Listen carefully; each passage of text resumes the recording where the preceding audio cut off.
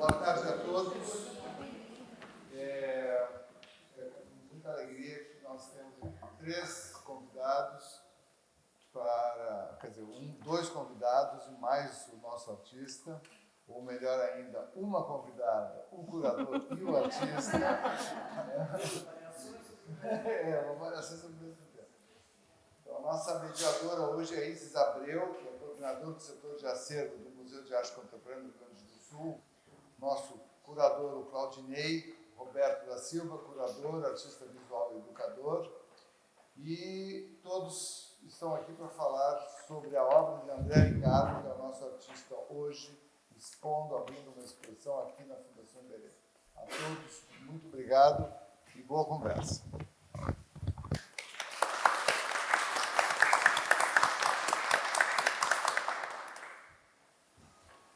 Boa tarde a todos, todas, todes. Boa tarde, André Ricardo. Boa tarde, Claudinei. A gente está muito feliz que o pessoal desceu, né? A gente imaginou que depois da conversa com o André Ricardo, né? Ninguém ia mais querer, mas enfim, que bom que veio todo mundo. A primeira vez que eu estive aqui na Fundação Iberê, diante desse auditório, eu tremia que nem vara verde. E nem eu, assim. 7 anos depois nada mudou. Aconteceu mesmo. Mas enfim, vamos lá. A gente recebe os desafios e tem que enfrentar eles de frente, ainda mais quando é com pessoas que a gente segue e admira o trabalho. Eu sou historiadora da arte de formação. A Universidade do Rio Grande do Sul tem desde 2010 um curso de História da Arte e desde então vem formando pesquisadores na área. Então é desse lugar que eu vou estar falando hoje. Vamos lá então. Claudinei, durante a montagem da exposição, a gente teve eu tive o prazer de participar, junto com os educadores do educativo da Fundação, dessa conversa.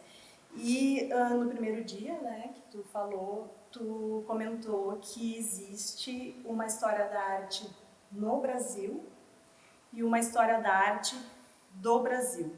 Tu podia falar um pouco sobre esse tópico, explicar para a gente qual é a diferença entre elas e em qual delas a produção do André Ricardo se situa e também, na tua percepção, qual a relevância das exposições na construção da história da arte? Pois não.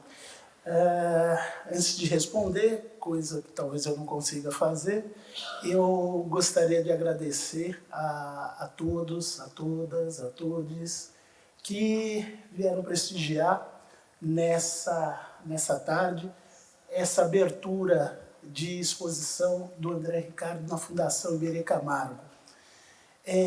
Esse agradecimento, gente, eu gostaria que vocês entendessem que ele não faz parte de uma praxe. A presença de vocês é fundamental para a manutenção desses equipamentos culturais que tão custosamente são conquistados, pois trata-se de conquistas. É importante a gente não perder de vista o quanto no nosso país as questões que afetam a cultura, a arte e a educação são malbaratadas. Vocês seguramente terão acesso a um texto do Mário de Andrade, que talvez ele tenha sido muito mencionado. Ele escreveu esse texto em 1936. Vocês dão um Google aí, para isso esse negócio presta. E a Oração ao Paraninfo é um discurso que ele emite em 1936. E ali, de maneira pungente, o Mário de Andrade, esse demiurgo intelectual de São Paulo, brasileiro, faz uma defesa apaixonada e dorida da nossa condição. E lá ele diz que a cultura vale mais do que pão, porque sem cultura sequer teremos o pão.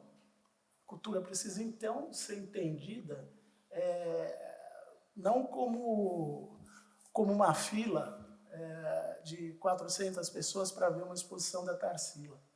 É isso também, mas não é só isso.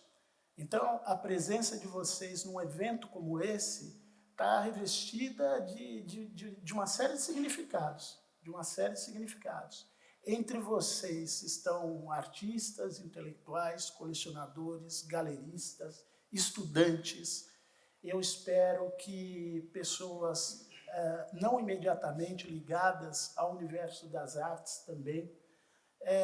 Enfim, todos nós estamos implicados na manutenção desses equipamentos, sem os quais dificilmente a gente pode continuar desenvolvendo uma história de arte no país. Eu vou tentar e não vou conseguir, porque normalmente tem umas perguntas que é de Platão até anteontem, né? O cara fala, como é que você explica o negócio? Eu falo, pô, mas isso aí é de Platão até anteontem. Então, eu vou dizer o seguinte para vocês, para tentar ilustrar essa Marina, é a Marina que está aí? Uau! Essa é uma grande artista, tá? Mas, gente, que maravilha! O Igor Simões, o Calil, ele é o chefe da... Bom, desculpa, gente. Eu vou tentar exemplificar.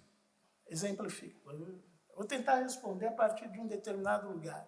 Isso que nós temos convencionado a chamar arte afro-brasileira, ela é muito devedora das exposições que se tem feito sobre arte afro-brasileira. E as exposições que são feitas sobre arte afro-brasileira são feitas porque existe uma demanda social premente, urgente, que exige que essas vozes sejam ouvidas. E essa demanda, ela não surge unicamente do campo daqueles que foram historicamente excluídos. Elas surgem também de setores da sociedade comprometidos com certa ideia de democracia. Na medida em que essa ideia avança também as possibilidades de leitura de uma história de arte plural.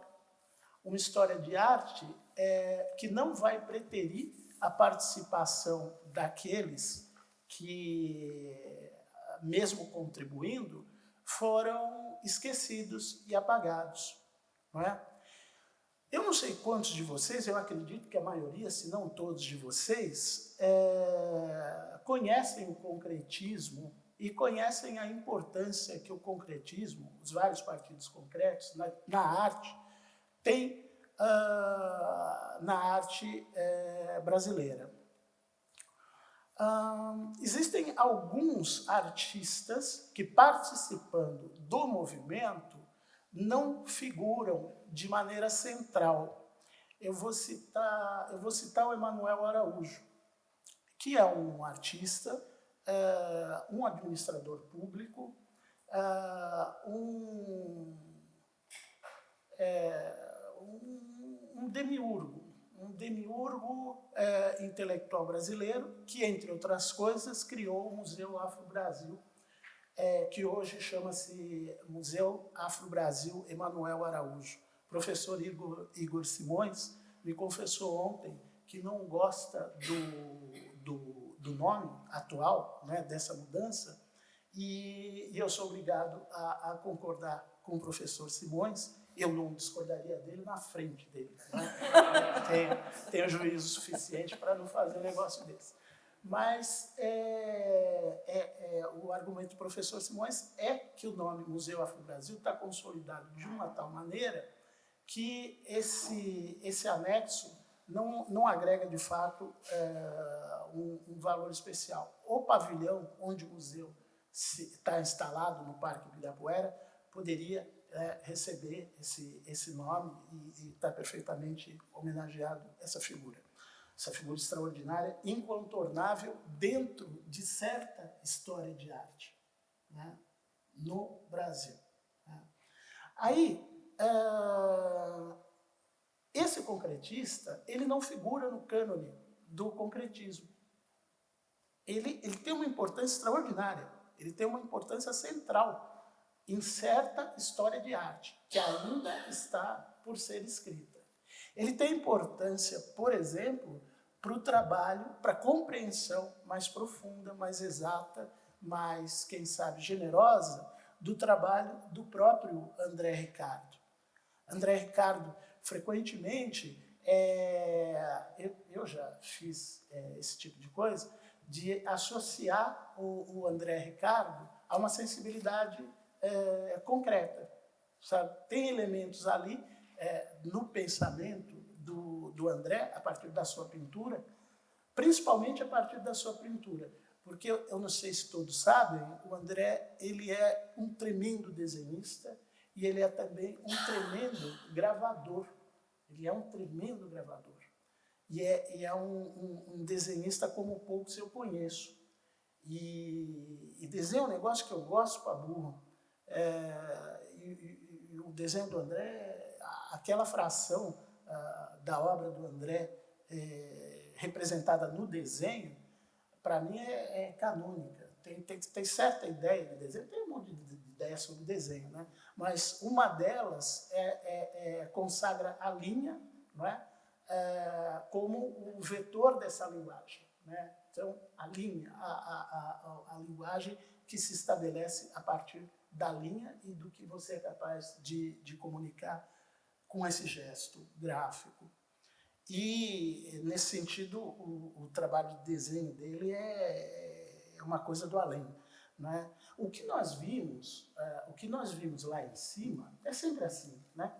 O que a gente vê é a ponta de um processo, né? Se você achou bacana, se você achou legal aquilo que você viu, é arrepiante você pensar o que tem por trás, o que não entrou, o que não pôde entrar, mas não porque não está acabado, mas porque não faz parte dos partidos curatoriais que foram adotados para realizar a exposição. Enfim, o que eu quero dizer com isso, o que eu quis dizer com isso é que, sim, existe uma história da arte que está sendo escrita, é uma história da arte importante, que vocês estão contribuindo de maneira decisiva para que essa história possa se sedimentar. E quando eu digo vocês, são vocês mesmos.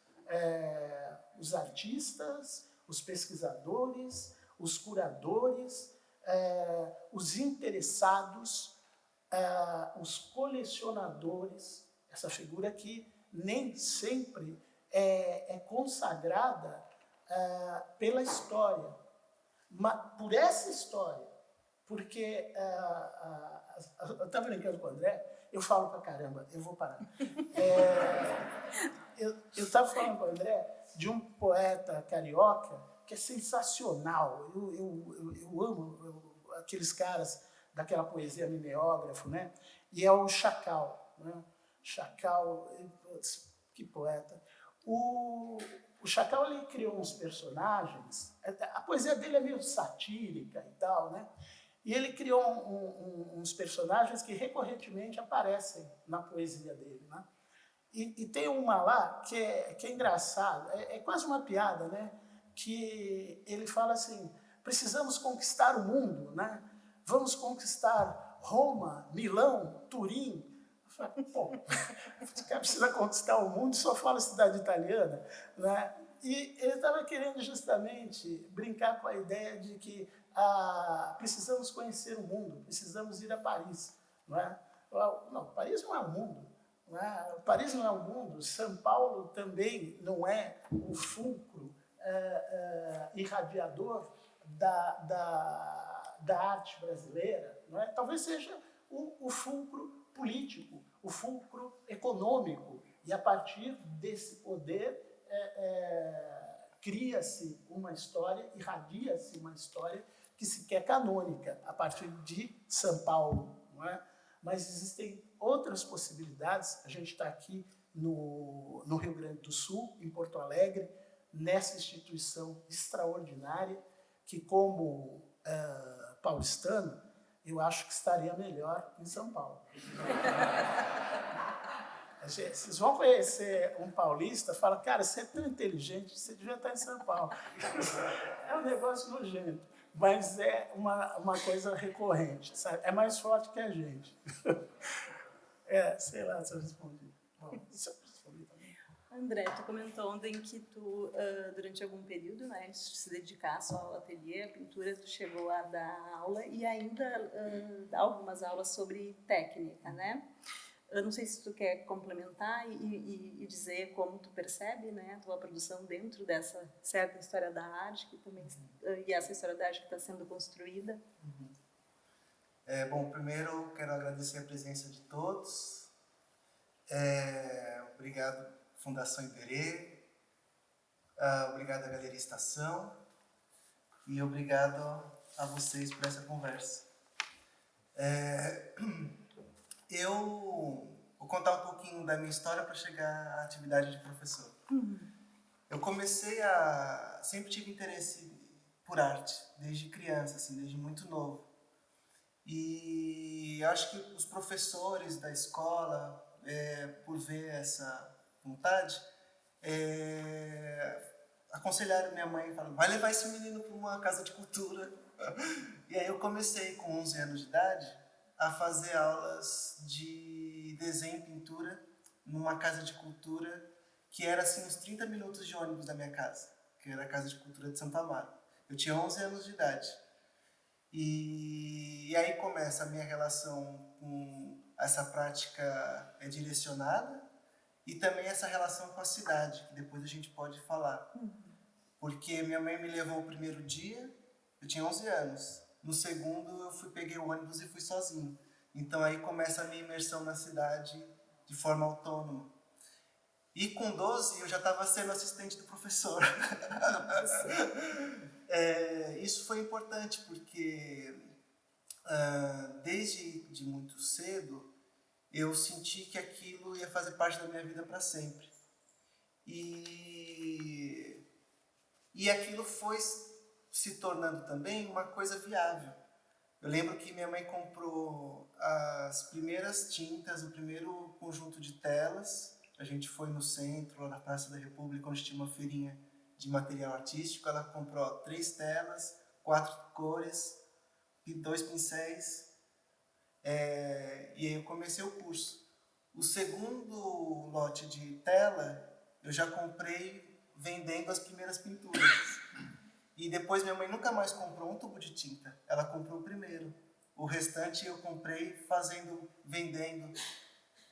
E uma das formas que eu também encontrei nesse começo foi dando auxílio para as senhoras da terceira idade que faziam o curso onde eu fazia.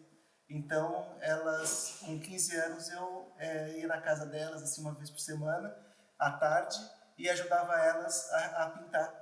Para fazer essa cor você faz assim e tal. Então, a minha prática de professor, ela começa assim, nesse auxílio do meu primeiro professor e nesse auxílio com o outro, nessa troca. E antes de entrar na universidade, eu já tinha tido a experiência de trabalhar numa casa com crianças e adolescentes em situação de risco, trabalhando como professor, arte educador. Então, com 15 anos, tu já era pintor, professor e empreendedor. Tu já vendia o trabalho. Não, a minha mãe era minha marchand. Ela trabalhava num posto de saúde, auxiliar administrativo. Aí ela oferecia para os médicos, eu fazia encomenda. E aí eu fiz um cartãozinho. André Ricardo. Um novo jeito de fazer arte. Olha!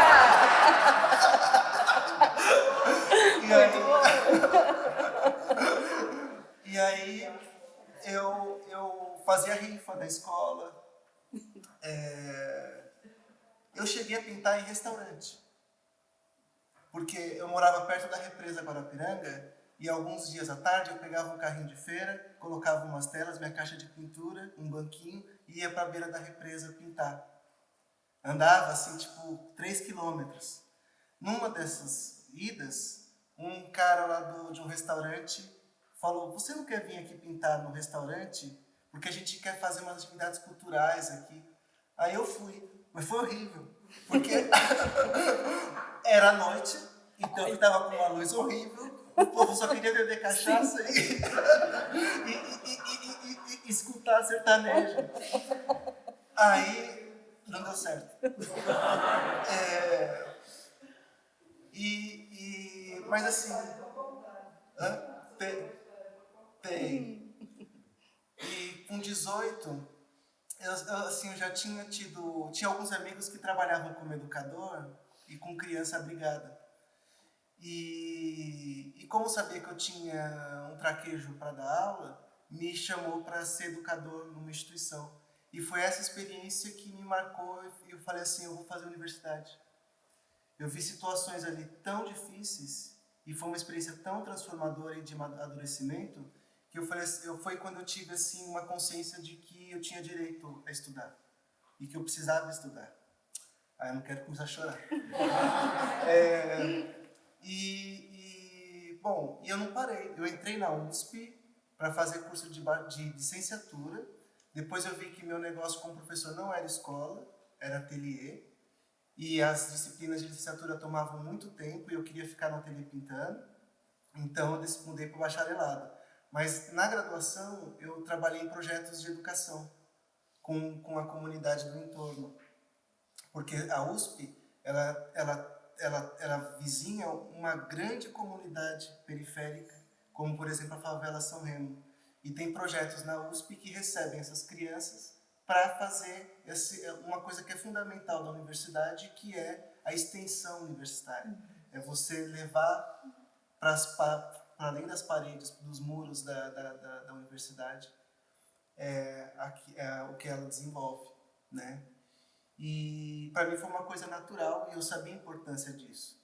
Até porque para mim estar na universidade eu sabia que não era uma coisa qualquer, ter chegado lá, né?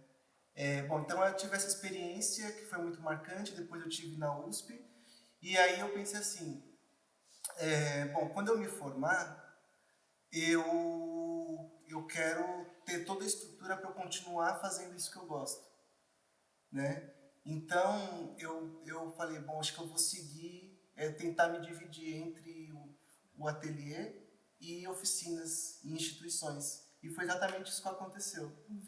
E eu percebi que tinha um nicho de mercado para artistas, pintores contemporâneos com conhecimento em técnica.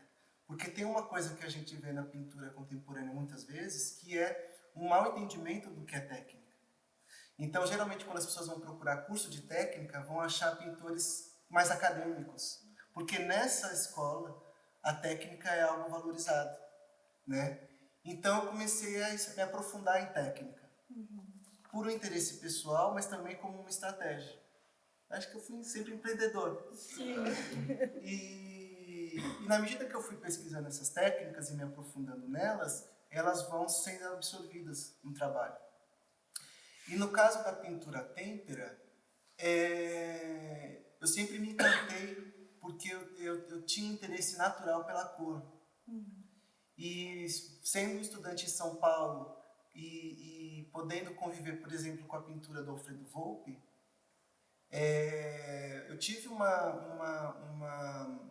interesse enorme pela técnica. Falei, nossa, olha como ele consegue experienciar a cor, né? E na medida que eu fui estudando a técnica, eu fui me apaixonando e ela foi me levando para as origens dela, né? Que essa pintura, essas origens da pintura europeia.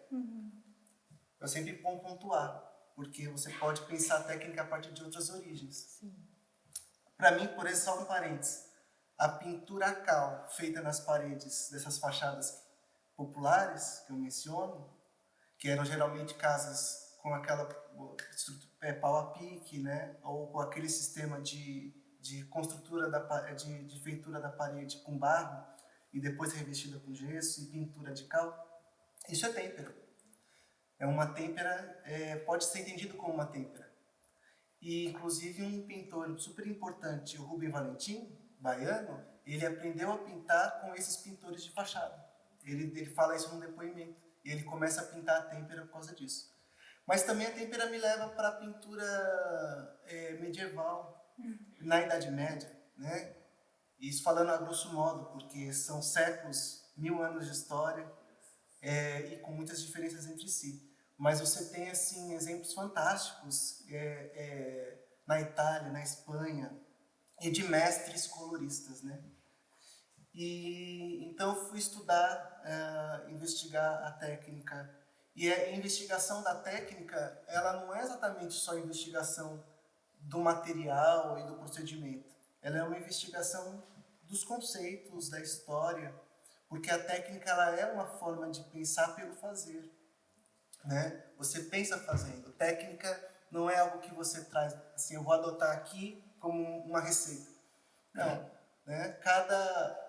Senão seria fazer arte antiga.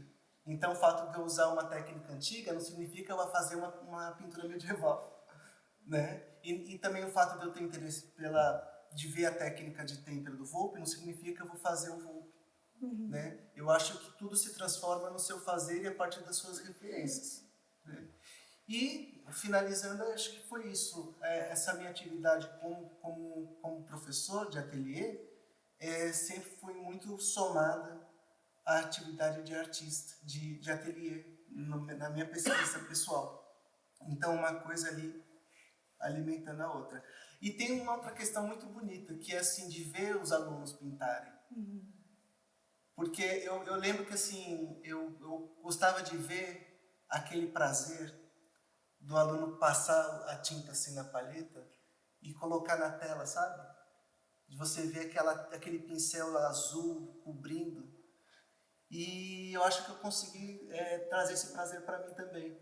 Porque às vezes você pode ir num processo com tantas questões assim e pode perder o prazer, né?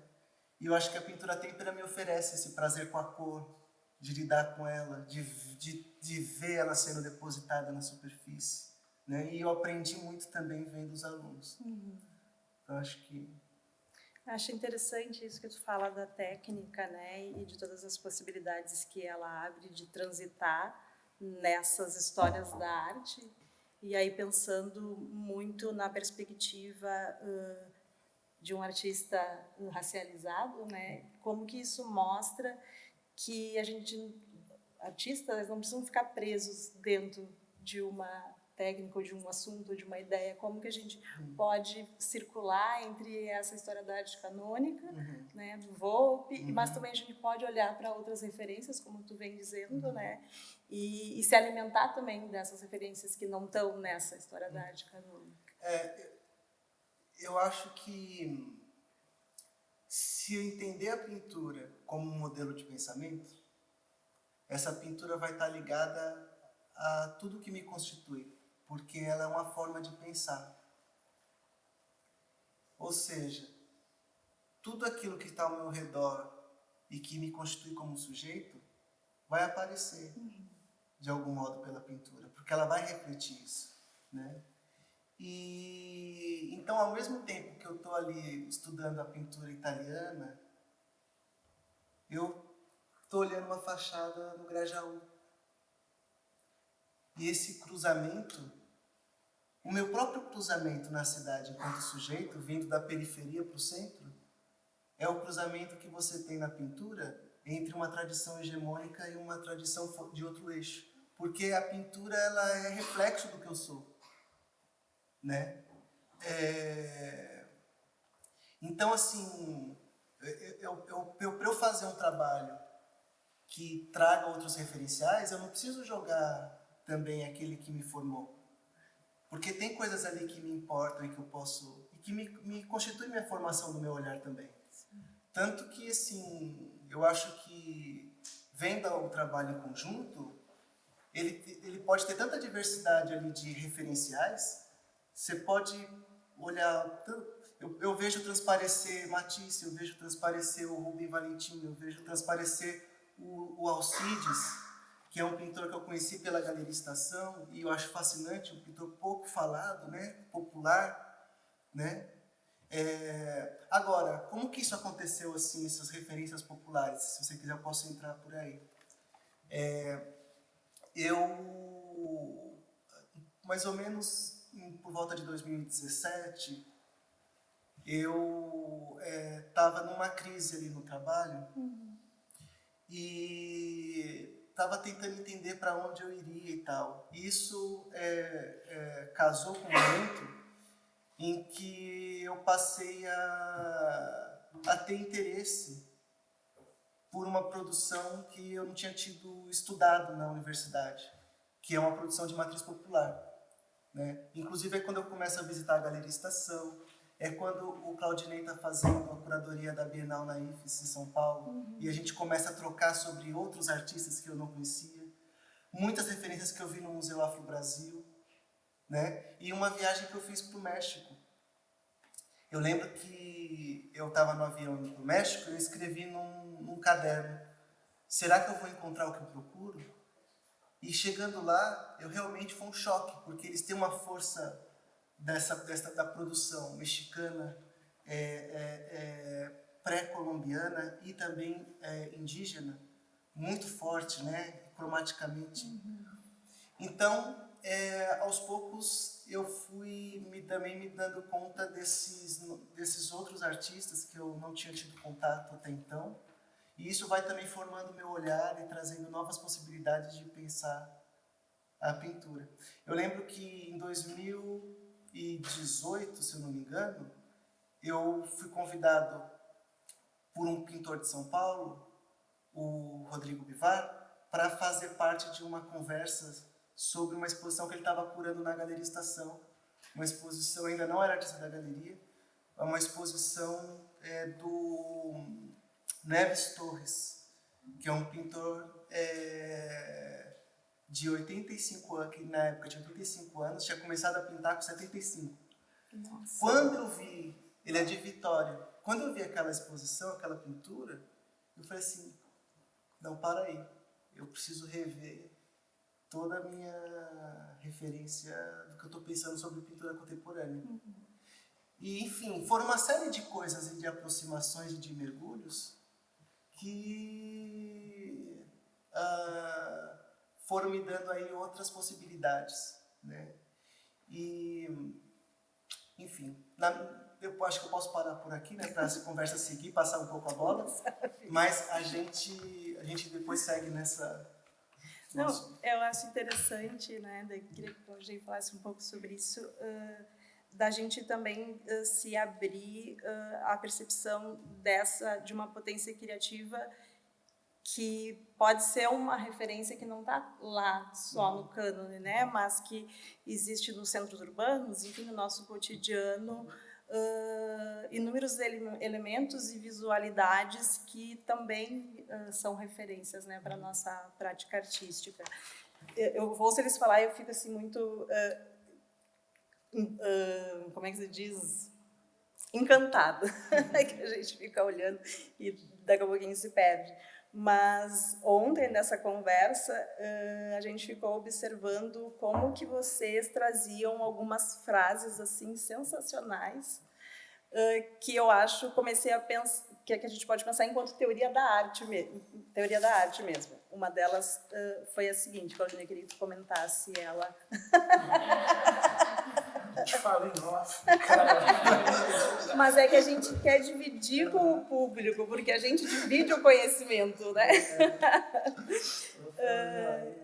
Deixa eu me achar aqui, que fiquei nervosa e perdi Ah, tá, achei. Tu falaste, né, o André falou também, que no André Ricardo a vontade de expressão encontra o seu veículo. Eu achei isso tão sensacional que depois, saindo de lá, de noite em casa, pensando, mas eu posso aplicar isso na minha prática, enquanto prática curatorial. E pensar a curadoria como esse veículo de expressão, da minha vontade de expressão. Né? Eu queria que tu falasse um pouco mais sobre isso, assim, sobre essa ideia de veículo, né? Da vontade de expressão, quando a vontade de expressão encontra o seu veículo. Bom, enfim, não tem nada por trás dessa frase, né? Quer dizer, é exatamente isso, não é? Quando você encontra as palavras corretas para emitir uma determinada mensagem. Isso depende de dominar o léxico, não é? Depende de quanto você é íntimo de um determinado vocabulário. Quanto mais íntimo você for de um determinado vocabulário, por exemplo, a língua portuguesa, menor é a chance de você emitir uma mensagem diferente daquela que você de fato quer, não é? É isso, né? Eu tenho uma vontade de me exprimir e eu tenho um veículo que permite essa expressão. Eu domino esses meios, eu domino esse veículo e por isso eu consigo exprimir aquilo que eu desejo. No caso do André e de outros artistas, que igualmente são felizes na execução dos seus processos, isso acontece, não é? Isso acontece e isso se apresenta, principalmente, eu tenho a impressão, a partir do contato nosso com a obra do artista. Esse encantamento, a palavra encantamento, né, é uma palavra muito boa. Eu talvez seja parceira da palavra sedução, não é? Também. A superfície da tela do André e os arranjos cromáticos que ele faz são para mim muito sedutores. A primeira aproximação que eu tenho dessa obra é a partir desse lugar. Eu me deixo seduzir, eu me deixo encantar. Eu estou absolutamente absorto diante de alguma coisa que a minha experiência sugere que é bela, não é? Mas parafraseando um grande artista brasileiro, o Silvio Meirelles, achar bonito não é entender, não é? Achar feio também não é. Então, essa aproximação sedutora, né, que a gente tem, ela tem que ser superada por outro tipo de experiência. Agora, essa sedução é fundamental, porque ela faz com que a gente permaneça interessado no objeto do nosso desejo, não é? É como eu conhecer, sei lá, uma pessoa bonita, né? Para o meu gosto, né? Então, a pessoa é bonita. E eu falo, pô, aquela menina é bonita. E eu chego perto e ela fala alguma coisa que eu falo, pois é, mas ela é bonita, mas não sei se vai rolar. A primeira aproximação é sensual, né? O segundo momento é de aprofundamento. Né? Se, apesar daquele estranhamento, desse epa, eu insistir, eu posso descobrir outras camadas para além daquela que, a princípio, nesse segundo momento, me causou uma aversão. Eu tenho a impressão, salvo engano, que esse exemplo talvez sirva para essa situação, né? Eu me aproximo porque existe ali um jogo sensual que me atrai, mas eu percebo que, para além desse jogo, existe uma história que precisa ser prospectada. E essa história é muito interessante. E ela fica tanto mais interessante quanto mais a gente estuda sobre ela. Eu já falei isso uma porção de vezes, como ninguém contestou, eu vou falar de novo. Que a obra ela faz uma pergunta. Nós buscamos dentro de nós meios de responder essa pergunta. E isso se dá das mais variadas maneiras. Eu tive o privilégio de trabalhar no educativo de algumas instituições museais de São Paulo. E eu via com frequência as reações mais diversas dos mais variados públicos diante das mais variadas obras, né? Tinha um sujeito que balançava a cabeça, olhava, balançava a cabeça e saía meio chateado, né?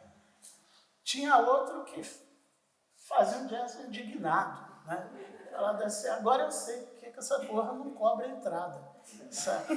Que cobrar para ver um negócio desse, né? E saía indignado. Tinha um outro que ficava ali, coçava a cabeça, olhava, andava para lá, andava para cá, olhava de novo. Tudo isso, não é, gente, faz parte do diálogo que o sujeito está travando com ele mesmo. E esse diálogo foi provocado pela obra. E esse é um momento redentor, esse é o momento em que o ser humano se assume enquanto ser humano. É um dos momentos, né? Além de salvar o gatinho que está preso no trânsito, que é um momento, né, em que a gente se revela humano, tem esse momento, sabe, em que você está diante de uma obra que pede uma resposta, que está dentro de você. Essa resposta pode ser tipo, meu filho de 10 anos faz isso. Né? Pode ser, se eu amarrar um pincel no rabo de um asno e botar uma tela, vai sair um negócio parecido com esse aí. Todas essas respostas dizem da pessoa que emitiu a resposta, não diz da obra. Isso diz da pessoa que fala isso. Né? É esse o equipamento que a pessoa tem para responder aquilo que a obra exige que ela responda. Não é? Então, e a gente não deve ficar bravo com essas pessoas. Isso tudo faz parte de um processo que às vezes é muito exigente. Para encerrar, eu queria dizer que o primeiro contato que eu tive com uma obra de caráter contemporâneo foi o Porco, do Nelson Leiner. O Porco do Nelson Leiner, vocês todos conhecem, é um porco gigante, empalhado, dentro de um engradado. Não é? Essa obra pertence à Pinacoteca do Estado de São Paulo. Eu, adolescente, entrei na Pinacoteca e estava absolutamente encantado com tudo que eu via. E o que eu via? Almeida Júnior, enfim, os acadêmicos todos, né? Do século XIX, são pinturas de qualidade extraordinária e incrivelmente sedutoras. Mas, de novo, achar bonito não é entender, sabe? Tem muita coisa para além daquela história que, a princípio, nós achamos que entendemos em Almeida Júnior, né? Que é um grande pintor, um pintor extraordinário. E esse jovenzinho que estava encantado com aquilo que ele achava que entendia, entra numa sala e está o Porco do Nelson Leiner. Eu tomei um choque e para me recuperar desse choque, eu levei anos. Sem brincadeira, gente. Sem brincadeira. Eu achei que era uma sacanagem aquele negócio naquilo que eu já não entendi o que era. Porque eu achei que o museu era para ter coisa bonita, pelo amor de Deus. Sabe? Aquilo é um porco empalhado e nada se parece mais com um porco empalhado que um porco empalhado. Fiquei perplexo. E isso, gente, foi superado a partir de experiências as mais diversas.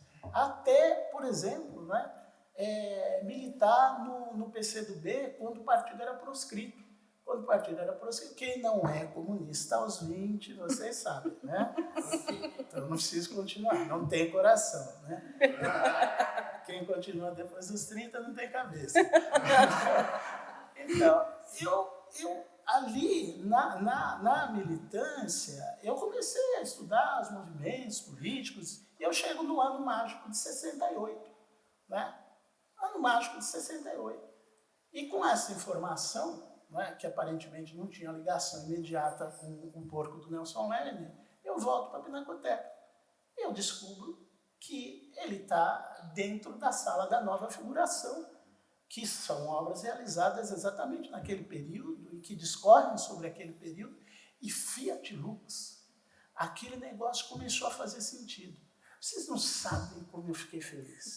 Aliás, eu estou feliz até hoje. Eu estou feliz até hoje. Eu pude conversar posteriormente com o Nelson Leiner e ele me contou histórias deliciosas sobre aquele porco.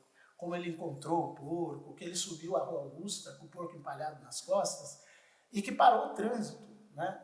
Porque é o porco mesmo, né? E dá a impressão que o cara tá lá com o porco vivo nas costas, um porco enorme e tal. Ele parou, contou histórias deliciosas sobre o porco.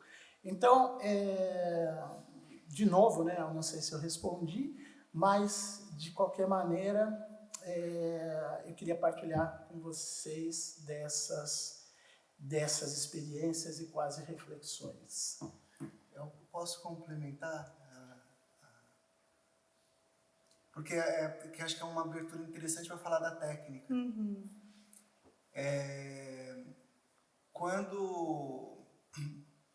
Técnica, né? A gente começou essa conversa falando um pouco disso, né? É uma forma de pensar pelo fazer, né?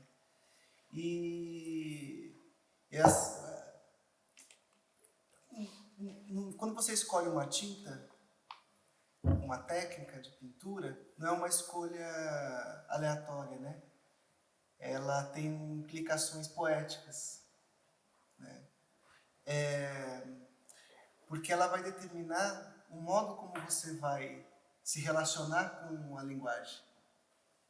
E também ela vai determinar o resultado daquele trabalho, né? E no caso da pintura têmpera, foi um encontro muito feliz, assim, porque até então eu tinha uma experiência de mais longo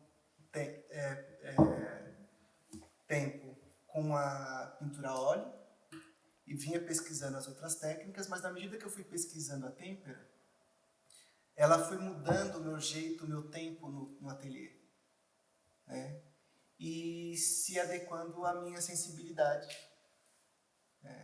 É muito diferente o tempo entre você tirar um tubo de tinta, preparar numa palheta e aplicar na tela, e o tempo de você pegar o pigmento seco, a matéria-prima,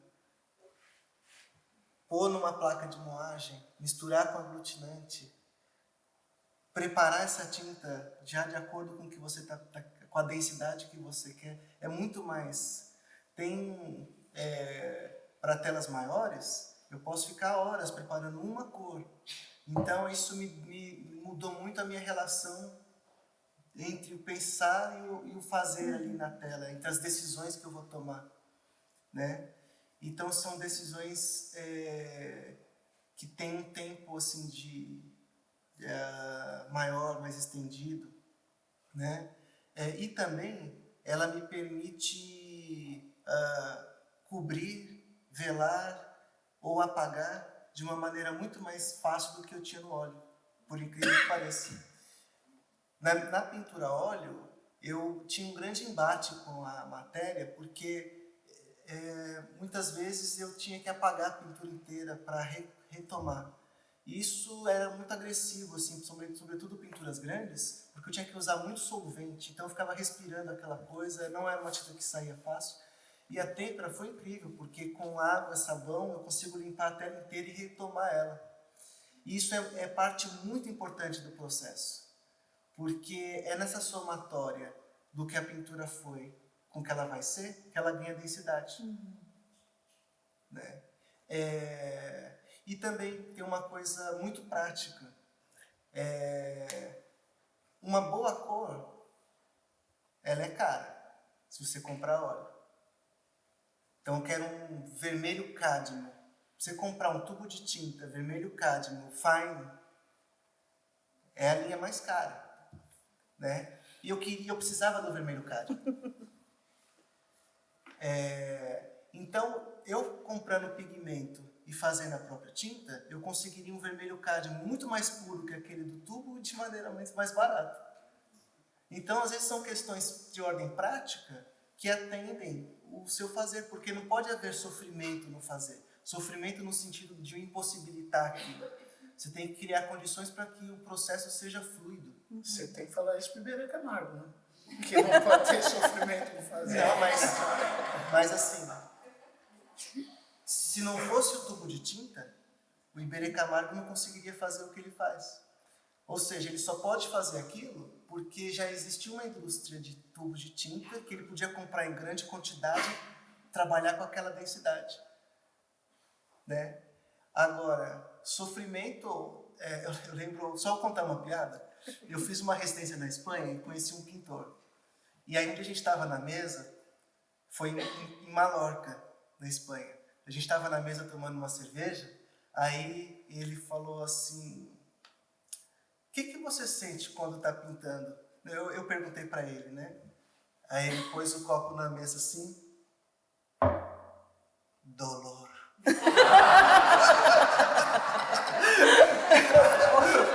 Isso é muito espanhol. Dolor. E ele falou: e você? Eu não sinto nada, não. Eu tô bem. Né? Então, assim, eu acho que é isso, né? Mas com a tinta óleo eu sentia muito mais sofrimento. Porque, sério, tinha dias que eu ia para casa sentindo pontada no fígado. Porque eu precisava usar muita terebintina. E eu falei, se eu fizer isso com 40 anos, eu já vou estar no hospital, né? E, então hoje meu ateliê não cheira mais. Mas a sua dor, você está falando de uma dor física, não uma dor metafísica, né? O espanhol provavelmente está falando de uma dor metafísica. Dolor. Dolor. Mas ó, a gente tem um limite de tempo que precisa ser respeitado. A gente vai abrir, podemos abrir para o público? Como é que está a questão da organização? Então tá, pessoal, está aberto, então, quem quiser fazer alguma pergunta para o André ou para o Claudinei, menos o professor Lisboa Simões. Alguma questão que foi dita lá em cima, que vocês ficarem em dúvida, querendo saber mais? Quando vocês vão pensando, então, porque eu não pude acabar as minhas perguntas ainda, né? Eu tenho várias. Eu queria trazer, o Claudinei, uma questão sobre a teoria decolonial. Pensando nos Faça a pergunta por ele. Era melhor eu deixar ele. Então, eu acho que a teoria decolonial ela tem uma presença, hoje eu diria, irreversível no pensamento contemporâneo, mas ela está no centro de uma discussão em que algumas vertentes marxista e outras teorias do pensamento veem o pensamento decolonial com uma certa desconfiança e, às vezes, um certo descrédito. Uma crítica de arte que tem grande visibilidade no cenário nacional classificou o debate decolonial no campo das artes, pejorativamente, como uma arte woke decolonial. Queria saber, vou te dar arte woke decolonial. Isso é um termo. Ela explica o que significa. Desculpa. Eu queria saber como é que tu vê essas disputas discursivas e qual a relevância do pensamento decolonial no campo específico das artes visuais. Tá. Bom, tem uma série de debates que são ainda muito incipientes. E eu tenho a impressão que a gente está desenvolvendo um léxico, um vocabulário, para dar conta das questões que, sendo urgentes, ainda são muito incipientes na sua elaboração. Por exemplo, a palavra decolonial, nesse contexto, é, por mim, melhor entendida como descolonial, como descolonização. Me parece que é necessário descolonizar para que um debate decolonial se estabeleça. Eu tenho a impressão que a decolonialidade é uma etapa posterior à descolonização. Não é? Então, nós ainda nos pautamos por parâmetros que foram oferecidos. Aqui, atenção, né, gente? A gente fala assim, eu ia falar por parâmetros que nos foram oferecidos pelas potências colonizadoras. Mas é preciso também pensar, quando a gente está debatendo arte, é preciso também ter cuidado para não jogar a água do banho com a criança dentro, sabe? Porque tem conquistas da arte ocidental das quais a gente não pode abrir mão. Nós não podemos abrir mão de uma história pretérita da arte a propósito de que ela foi realizada por colonizadores e por imperialistas. Quando o André Ricardo fala da têmpera, fala da técnica, ele está falando de uma técnica produzida no Ocidente, e notabilizada na Itália do século XVI, XVII, não é? Então eu poderia chamar a pintura do mestre Ricardo de uma pintura colonizada, não é? O cara vai lá na Itália, se apropria da técnica daquele grupo de artistas e emprega em seu favor, não é? E apropriação é isso, né, gente? É alguma coisa que pertence a outro que você pega em seu favor, não é? Em seu favor e em detrimento do grupo que está sendo rapinado nesse momento. Mas só que a gente sabe que isso não é verdade, não é? Só que a gente sabe que isso não é verdade. Que nós, enquanto seres culturais, vamos naturalmente aderir, a adesão, eu gosto dessa palavra, mas ela é ainda um pouco, eu não ouço ela sendo citada com muita frequência. Existe a possibilidade de você aderir a uma cultura e não se apropriar dela. A adesão, às vezes, frequentemente, a adesão acontece em detrimento de quem adere. Vou citar um exemplo, né?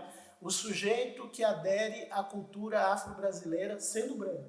O sujeito é branco e ele adere à cultura afro-brasileira. A adesão se dá por vários motivos. Por motivo religioso, por motivo político, por motivo afetivo. São vários motivos que te levam a aderir a um determinado partido cultural, vamos dizer assim, não é?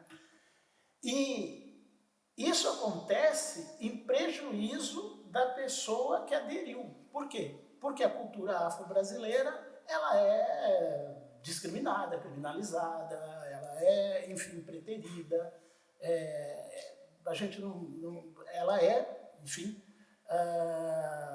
vítima também do racismo estrutural. Então, qual a vantagem, não é, de quem adere à cultura afro-brasileira sendo branco? Né? Sendo branco, você tem poder. Se você adere a uma cultura que representa um povo que não tem poder, você se lascou junto com aquele povo ao qual você aderiu. Então, olha a complexidade do negócio, né? Eu vou falando, isso é uma platitude para a maioria de vocês, o professor Beltrame, mas a gente precisa falar por conta de pergunta que foi feita. Você tem duas questões que me parecem fundamentais, né? Você tem afrodescendência, eu sou afrodescendente, né? E você tem a afrocultura. Você não necessariamente precisa ser afrodescendente para para realizar uma obra afrocultural. Não necessariamente. Um artista afro-brasileiro branco, né? Pierre Verger, fotógrafo Pierre Verger. Pierre Verger, em qualquer cânone da arte afro-brasileira, haverá de constar. E o professor Verger é perfeitamente branco, olho azul, francês, na sua origem. Não é? Outro, Caribé. Não é? Caribé, também loiro, olho azul, argentino, não é? E tem que constar de um índice qualquer de arte afro-brasileira. Né? É preciso ter coragem. Os curadores, os críticos, os historiadores precisam enfrentar essas questões. Não é? E nós temos artistas negros, afrodescendentes, que não são aderentes a isso que nós entendemos ser a cultura afro-brasileira. Eu tenho a impressão que aqui no Sul um grande artista, o Rômulo Vieira Conceição, é um artista que não precisa ficar lá falando, mas cadê o índice de afro-brasilidade que está aqui no Rômulo? Você vai tomar uma canseira desgraçada e possivelmente você não vai achar. Porque não é do interesse desse artista discutir a partir de certo lugar, certa questão, sabe? E isso não faz dele um cidadão menos comprometido com a causa dos negros, com a causa das negras, sabe? Ele é um cidadão e, enquanto tal, participa das lutas do escambau. No trabalho dele, esses índices não se apresentam, né? No trabalho do André, se apresenta, mas se apresenta para quem quiser ver, sabe? Porque se eu quiser ficar falando de têmpera, Itália, escambau, eu posso, sabe? Mas se eu quiser, como ele, falar de outras referências, eu também posso. E isso também faz a grandeza de um trabalho. Senão a gente cai no essencialismo, né? Ele não é unidimensional, sabe? É um trabalho que permite entradas as mais diversas e são todas legítimas. E com isso eu agradeço a todos vocês. Mas agora eu vou falar comigo. Vamos organizar aqui agora. Agora esquentou a coisa. Como é que... Deixa eu só, cadê a Ilana? Só para saber quantas pessoas... E tem mais um lá em cima. Pode ser essas 3 e a gente encerra? Então tá. Eu acho que para privilégio do público que não teve oportunidade, assim como nós educativo, de ouvir você falando, e vou insistir, pedir para o André continuar e falar um pouco mais sobre a questão daquilo que ele traz para a pintura e que talvez não tenha tido tempo também da gente ouvir lá no andar durante a sua mediação, mas que você falasse sobre esses elementos que você traz, né? Porque tu comentaste um pouco sobre o percurso e como as suas caminhadas, andanças na cidade trouxeram esses elementos para você, mas das suas produções mais recentes, como é que você explora esse tema? E que foi algo que você começou a falar lá no andar e que talvez não tenha conseguido explorar mais, sobre como, quando tu se depara com alguns temas, né, como que esse tema se desenvolve na sua produção? Vocês acham que fica bom a gente ver as 3 perguntas e responder tudo depois ou prefere responder? Responder? Tá, então tá. Então vamos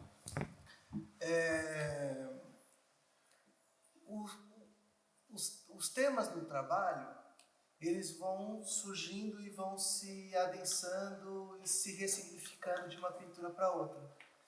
E na medida que eu vou descobrindo novas composições, novas formas, eu vou ampliando o vocabulário. Esses temas podem vir das mais diversas maneiras. Pode ser por uma intuição, como aconteceu no caso das composições do vaso, que eu fui para a tela com a mente vazia e, de repente, quando eu começo a traçar uma linha, aquilo me direciona para uma forma. Quando eu vejo, eu estou fazendo um vaso. E eu falo, já que eu fiz o vaso, por que não pôr flores?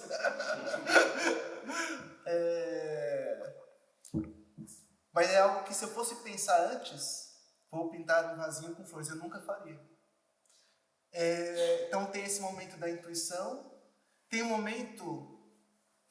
tem uma pintora que eu gosto muito, a Eleonore Có, que foi aluna do Vulpo, inclusive, e que trabalhou com têmpera.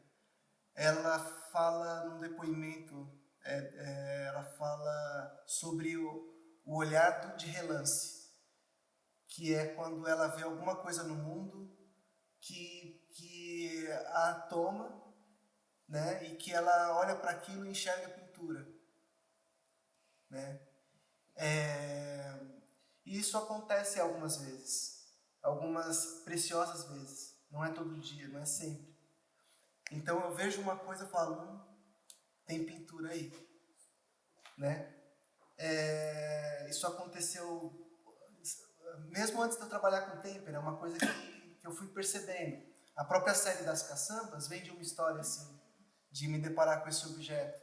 Mas vamos pensar uma série da exposição, por exemplo, aqueles que têm essas formas mais totêmicas, que parecem estandartes, não tem título, justamente porque eu gosto de deixar aberto. Aquela composição tem uma vermelha. Aquela composição, ela surgiu de um pedestal que eu vi numa sala que eu estava dando aula, um tripé com canhões de luz, de teatro. Eu estava dando aula de pintura e aí eles tinham deixado no canto, assim, a produção, um pedestal com canhões de luz. Eu olhei assim, falei, nossa, tem alguma coisa aí. Peguei o meu caderno, que eu sempre ando com caderno, e fiz assim um desenho. Mas quando eu olho para aquilo e vou pensar em vou desenhar, eu já tento desenhar a partir desse modelo que eu estou tentando especular. Não é um desenho de descrição. Né? A mesma coisa aconteceu com aqueles... Tem umas pinturas de um navio. Eu estava também dando aula de pintura ao ar livre em Santos e vi aquele navio de cargas, né? Vindo lá longe. E era uma coisa que você não sabe muito bem se está de frente, se está de lado. Né? E ele tem os containers, vão fazendo uma escadinha assim. Então eu já fiz um primeiro esboço. E às vezes eu guardo esse esboço, esse desenho, que foi esse olhar de relance, e posso ficar 1 ano sem olhar para ele até pintar. Porque a tradução não pode ser automática. Eu vou descobrir o que aquilo vai dar pintando. Mas tem que ser um processo fluido em que eu tenha assim um start para começar a pintar, né? Aí eu fui pintar, por exemplo, essa composição e retomei o desenho do holofote, né? Desse pedestal, e tive a intuição de usar o vermelho. Depois eu fui entender que o vermelho me favorecia muito uma sensação da luz, porque o vermelho é aquela cor que vem quando você olha para cima, para o céu e fecha os olhos. É pura luz. E eu vi que aquilo fazia uma dança de luz. E aí eu vou embora. Né? Mas isso é uma coisa curiosa, porque assim, só um detalhe. A gente estava pensando, você falou concretismo, né? Falou abstração. Será que essas diferenças entre figuração e abstração são realmente válidas? Não. Né? E quando eu penso em forma, em geometria, não necessariamente eu estou pensando puramente na forma, né? Tem alguma coisa que vai conduzir o meu olhar para operar com essas formas, que vai me reportar para o mundo, para aquilo que está ao meu entorno, que chama a minha atenção, né? E acho que isso sustenta o trabalho. Não parece ter uma relação mestre-discípulo aqui, que surge uma tensão de vez em quando. Igor, a gente tinha combinado que não era para tu fazer pergunta. Dessa vez, o Claudinei vai abrir uma exceção. Eu tinha uma que eu ia fazer, mas eu depois discuto com o professor Claudinei em outro momento, porque para mim Pierre Berger e Caribé não são arte brasileira, mas a gente discute isso depois. Eu fiquei interessado numa coisa que o André disse, que para mim é uma das frases mais bonitas que eu vi um artista utilizar para pensar o seu processo pictórico. A imagem que eu trouxe lá em cima, de que cada pintura, de alguma maneira, existe antes, em algum lugar em ti, né? E de que os trabalhos são tentativas de acessar essa pintura. Eu achei essa definição linda e ao mesmo tempo ela é perigosa, né? Porque ela pode cair no lugar de sempre do artista romântico, né? Da figura do artista romântico, que expressa o seu mundo interior com dolor, né? Do seu sofrimento.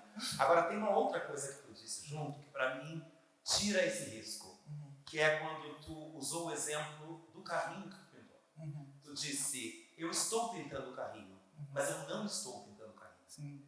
E eu queria, assim, brevemente, tá? Mas eu queria te ouvir falar um pouco disso, assim, de como no teu trabalho, me parece, e me corrija se eu estiver errado, mas como no teu trabalho a forma é só desculpa. Não sei, talvez eu esteja equivocado. Porque ao mesmo tempo, essa forma que é só desculpa, às vezes vira quase uma citação só. Literalmente um fantasma, como tu diz, uma forma que está lá no fundo. Eu queria te ouvir um pouco sobre isso, assim. Essa passagem entre a figura, a forma, e a tua investigação sobre onde essa forma pode te levar. Queria te ouvir um pouco sobre isso. Eu falo que o que define os temas não é o significado final deles. Assim, eu não estou pintando o carrinho para falar do carro, mas é justamente por tentar acessar o que une o carro e a cobra, é justamente essa pintura que eu entendo que eu já tenho, né? É ela que guia, né? E esse carrinho pode virar um frontão, ele pode virar uma pirâmide, ele pode virar uma nave, pode virar uma avenida, né? Agora, o tema é importante também, porque ele me guia, né? E os bichos, por exemplo, eu tive muito interesse em fazer, primeiro porque eles sugerem formas muito interessantes. E segundo, que eles carregam um significado simbólico que pode ser tão diverso e que fazem parte do nosso imaginário. E, novamente, essa herança. Né? Agora, eu não penso também... eu não vou estudar o símbolo. Assim, porque se eu começar também... Eu evito definir muito. Eu quero que essa cobra ela possa sumir, vir e ir embora. Porque eu acho que se eu definir demais, eu vou perder uma sutileza, esse escape, esse lapso da memória, que é para onde eu tenho que me direcionar. O assunto é justamente essa herança. Né? Acho que é um pouco por aí. O assunto, né, cara? Só. Não, só. É só dizer o seguinte: o tempo inteiro, enquanto eu estive lá em cima, e eu fiz viagens, anotações, com uma aula, falando sobre o trabalho, e a gente vai falando sobre decolonial, né? Eu dei essa história de que parece que a gente recebeu o colônia decolonial e age como modernista europeu, trabalhador do século, que é sempre legal o passado, que na verdade eles nem queriam. Né? Agora, falando disso, o tempo inteiro, e eu vou falar da pintura, eu penso nos textos escritos pelo Cezanne. São muito próximos, assim, para mim, a maneira como tu lida com o processo, a imagem que tu lançou lá do humorista. Sabe, o humorista que tem uma partitura e vai jogando com essa partitura de acordo com cada situação. É isso. Não dá para ser decolonial e colocar as coisas fora. O próprio Iberê tem uma frase que eu gosto muito. Ele diz: eu não sei onde eu quero chegar, mas tenho que estar atento para perceber quando cheguei. O que também nos leva a Cezanne. Então tem questões de pintura que eu acho que elas são da linguagem e elas não têm, elas podem atravessar. É como se forma uma pintura, como constitui o processo, né? E aí as conexões podem ser muito abertas.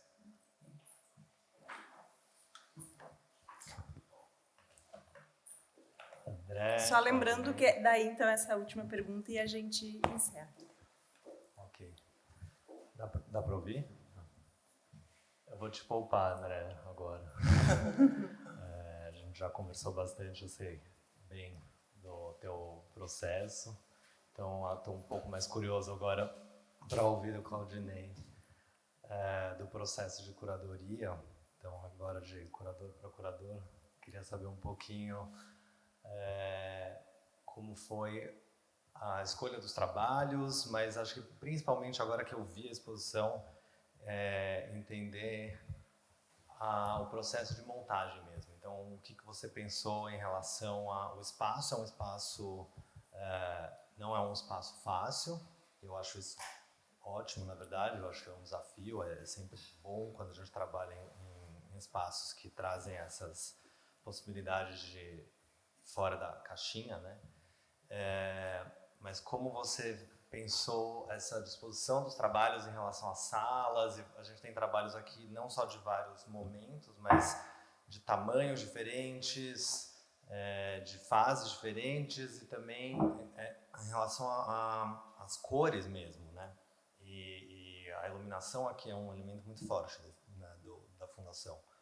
Então, queria ouvir um pouco como foi mesmo a troca entre vocês também, né? Como é que foi isso decidido e os improvisos também, né? Porque a gente sabe que às vezes a gente pensa uma coisa e aí chega na hora da montagem, muda de ideia e vai ficar melhor assim do que assado, né? Fernando, o nome dele é Fernando. Olha, foi rico e não apresentou nenhum obstáculo maior. Foi o primeiro contato que eu tive com esse edifício, com esse projeto, e como o pavilhão da Bienal, no Ibirapuera, ele fica lindo, vazio, sabe? Assim, eu falo, esse é um pecado botar a exposição aqui, porque o negócio é uma escultura, é de uma beleza extraordinária, Mas tem algumas pequenas questões do tipo, as paredes não podem ser pintadas. Eu gosto de trabalhar com cor nas curadorias que eu realizo, porque uma das minhas maiores influências no que diz tipografia, no que diz respeito à tipografia, é justamente Emanuel Araújo, com quem eu trabalhei durante alguns anos, tive a oportunidade de ser, durante um ano, assistente dele. Não é? Ninguém trabalha com o Emanuel Araújo sem sair sequelado. Não é? Então, em mais de um sentido. Então, o fato de não poder usar cor era uma questão. Para mim, era uma questão. Mas eu trabalhei com o André Ricardo, numa parceria constante e profícua. Existia a vontade da galeria de contar com essas obras dos colecionadores. E essa é uma vontade que não é arbitrária, ela é importante. Se os colecionadores não se mobilizam para participar desse tipo de ação, nós, o público, ficamos privados de uma parte da produção que, afinal das contas, nós não teríamos acesso, não é?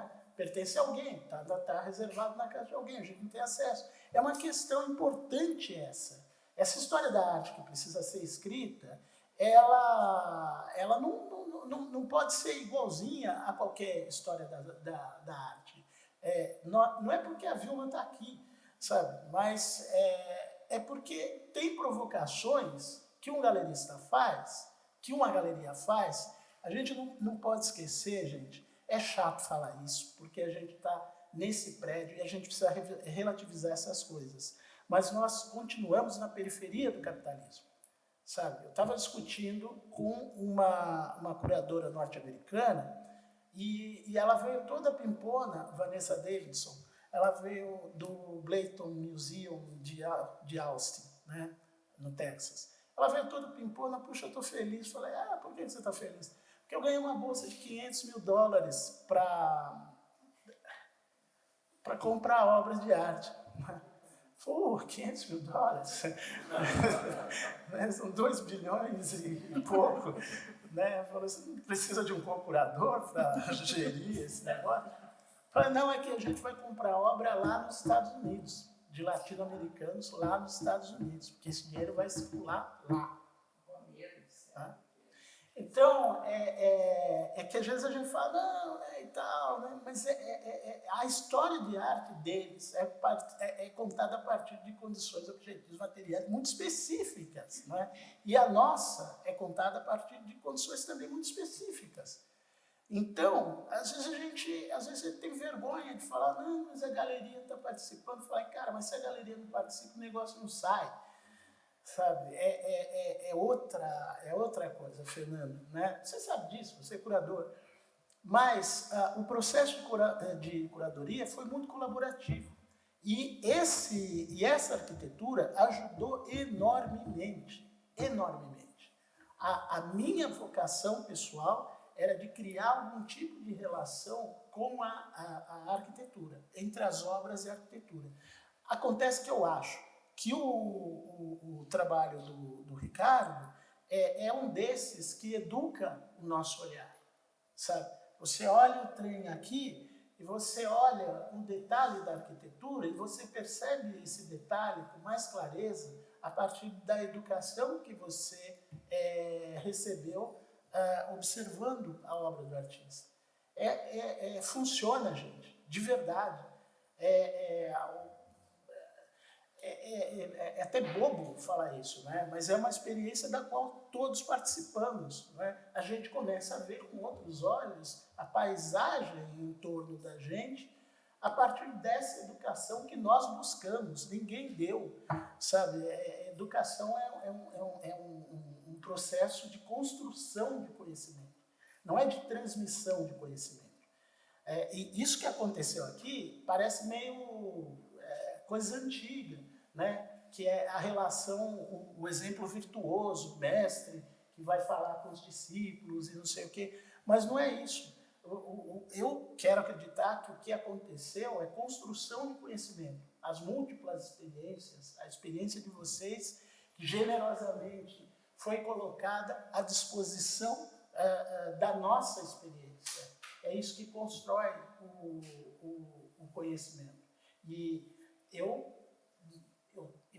tenho convicção de que a gente vê melhor a arquitetura desse prédio a partir de experiências como aquelas que a obra do André Ricardo cria, né? Logra criar. E, por último, mas não menos importante, Fernando, esse é um partido que eu e algumas pessoas assumem, né? E são muitas, não são poucas, não. A exposição é um acontecimento coletivo, sabe? Se a gente está falando, tem falado em decolonialidade, em descolonização, de luta antirracista e contra o machismo e essa coisa toda, a gente precisa também poluir o nosso pensamento de curadores, enfim, de pensadores da arte, de pesquisadores da arte, de apreciadores da arte, com essas questões. Então, eu começo a entender o óbvio, né?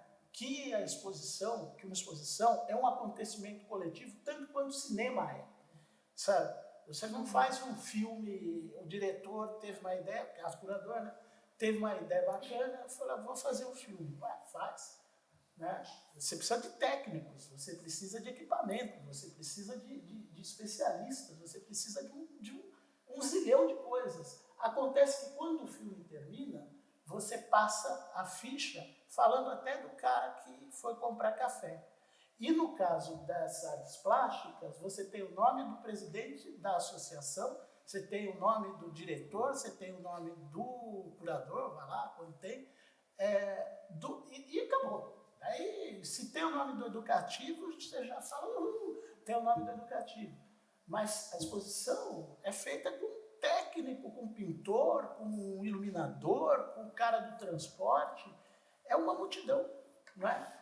E no processo de realização, foi isso. O André construiu uma maquete, sabe? Diante da minha enorme dificuldade de olhar uma planta baixa, né? Da minha absolutamente, não sei, eu olho aquilo, não entendo, né?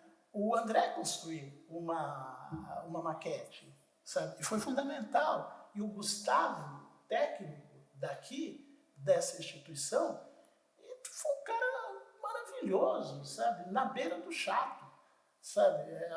Às vezes a gente fala, puta cara mala, mas o cara está sendo a salvação da lavoura, né?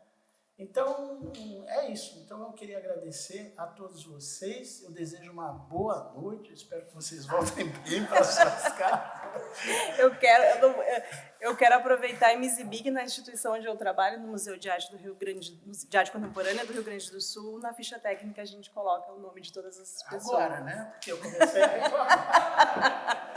Mas então tá, gente, eu quero agradecer então, né, a essa troca de conhecimento que a gente pôde fazer aqui. Obrigada, André Ricardo, obrigada, Claudinei. Quero agradecer à Fundação Iberê Camargo também, acho que essa iniciativa de trazer o André Ricardo com a curadoria do Claudinei é muito importante também para nós, né, agentes aqui do campo, para poder fazer essas trocas também. Então, agradeço, Calil, mais uma vez, né, e o convite também, e obrigado pela presença de todos vocês. Nossa.